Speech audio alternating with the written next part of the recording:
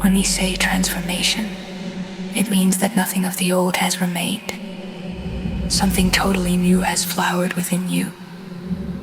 Now you look at a rose plant that is full of thorns. Springtime came and rose flowers burst out.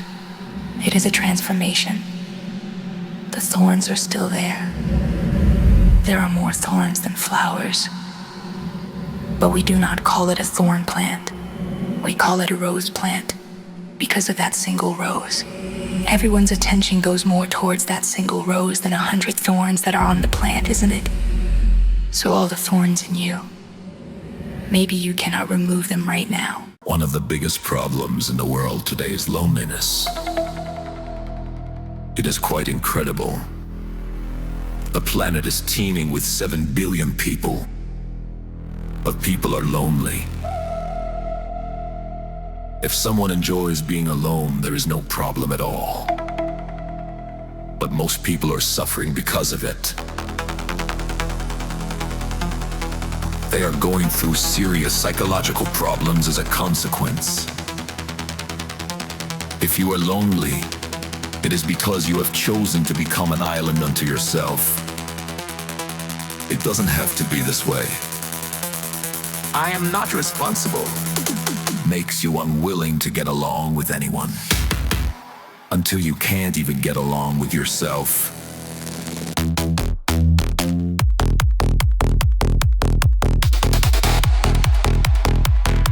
It often comes to a point when you believe you are not even responsible for what is happening within yourself.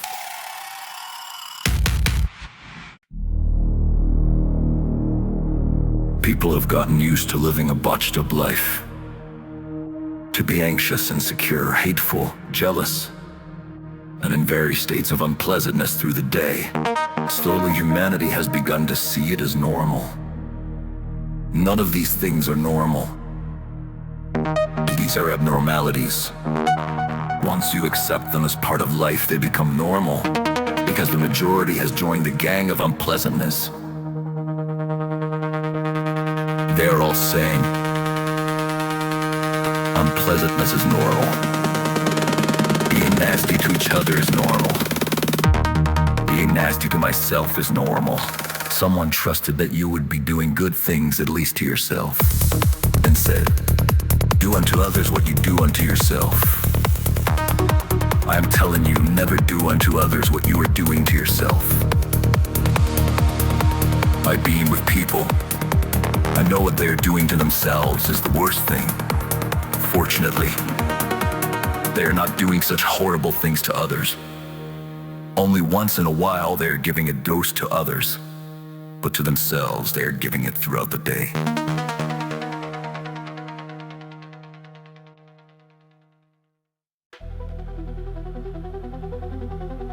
Our lives become beautiful, not because we are perfect.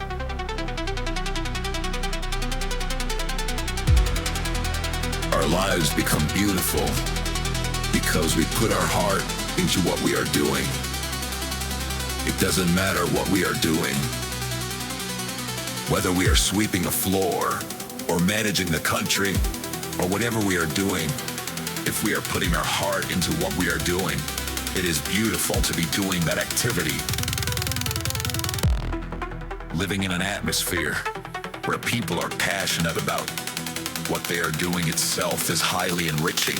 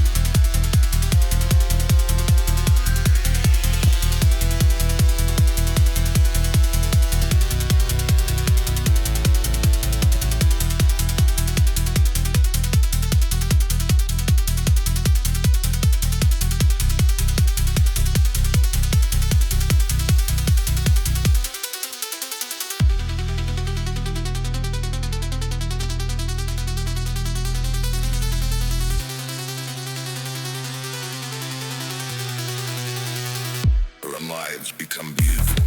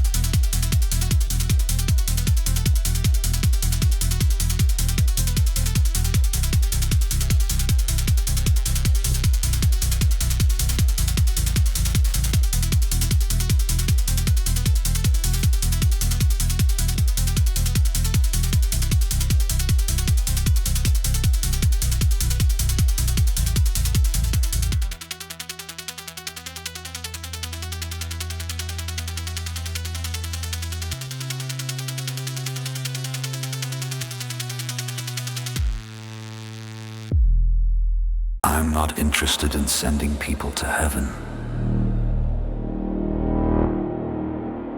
I'm interested in making people in such a way that even if they go to hell, nobody can make them suffer. That's freedom, isn't it?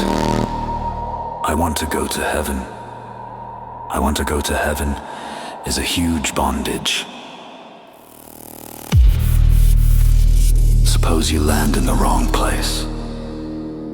Suppose someone hijacked your airplane on the way to heaven. He didn't crash it. He just landed it in the wrong place. You're finished, aren't you? You're always living with something that can be taken away from you by somebody or something. True liberation is when nobody can take away anything from you.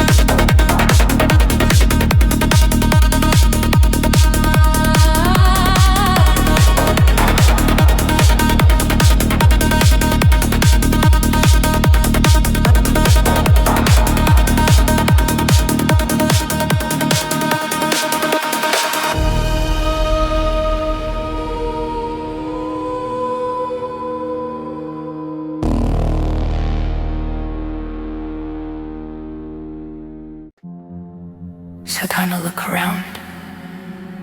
Among your family, co-workers, and friends, can you see how everyone has different levels of perception? Just observe this closely. If you know a few people who seem to have a greater clarity of perception than others, watch how they conduct their body. They often have a certain poise without practice, but just a little practice can make an enormous difference. If you sit for just a few hours a day with your spine erect, you will see that it will have an unmistakable effect on your life. You will now begin to understand what I mean by the geometry of your existence. Just the way you hold your body determines almost everything about you. Another way of listening to life is paying attention to it, experientially, not intellectually or emotionally. Choose any one thing about yourself. Your breath, your heartbeat, your pulse, your little finger. Just pay attention to it for 11 minutes at a time. Do this at least 3 times a day. Keep your attention on any sensation, but feel free to continue doing whatever you are doing.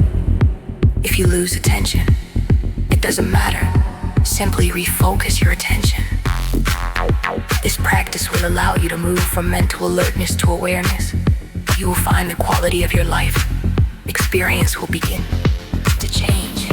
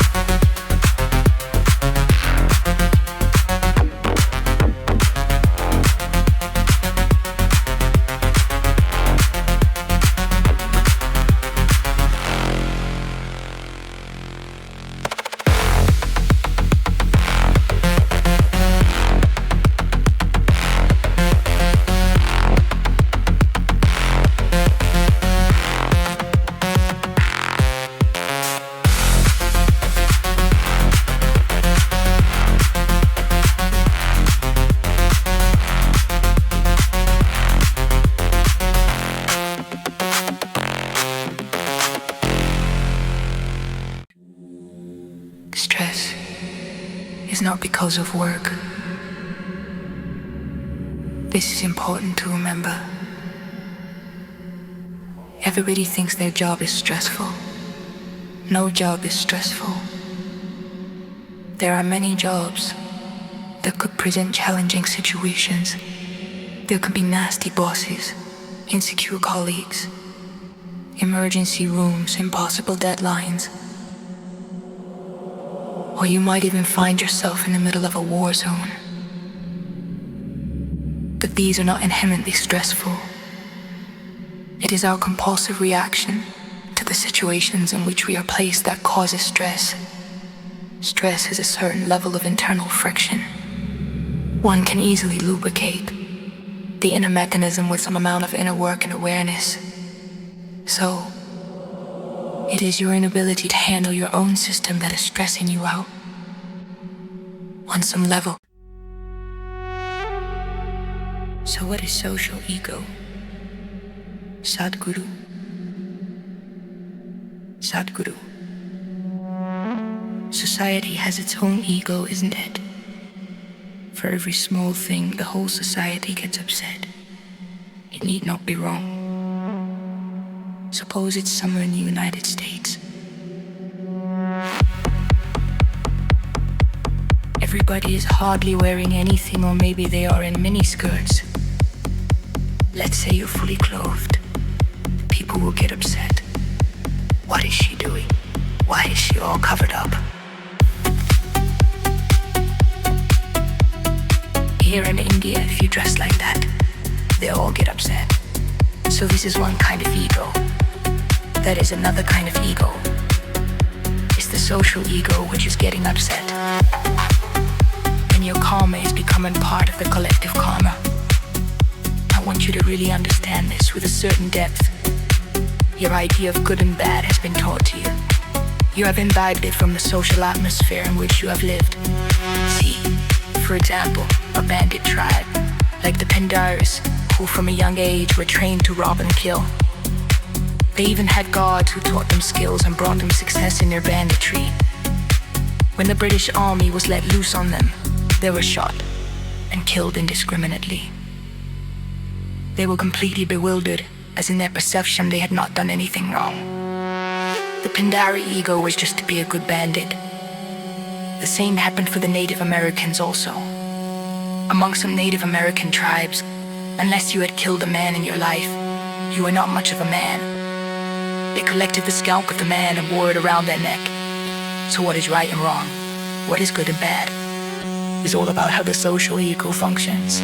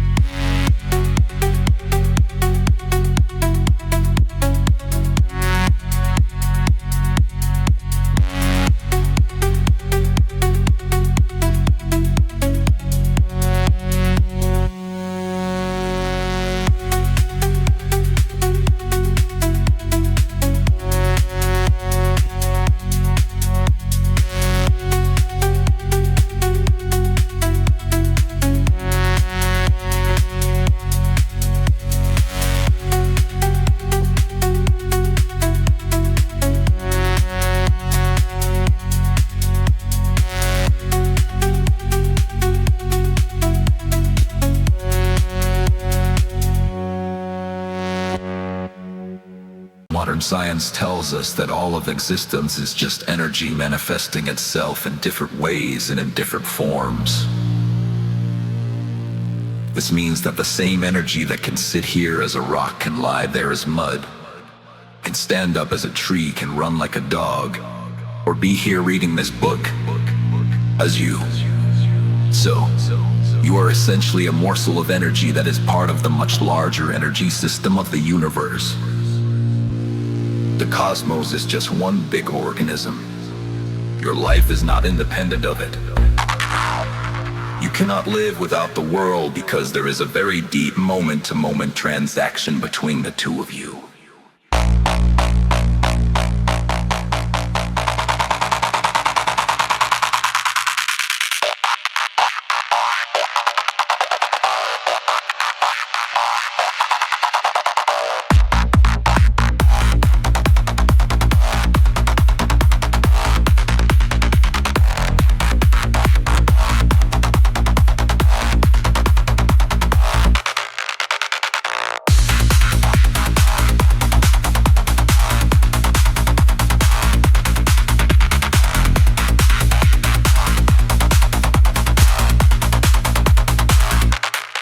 The planet is spinning on time, not a small event.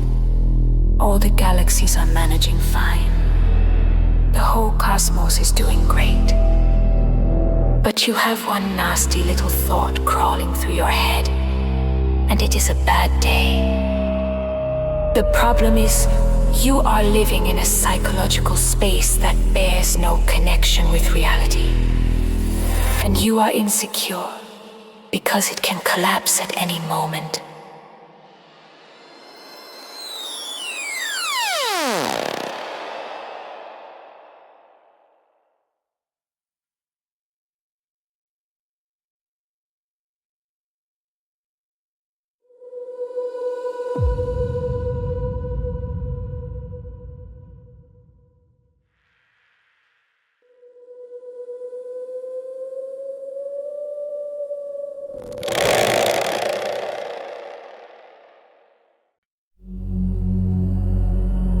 There are many ways to understand this.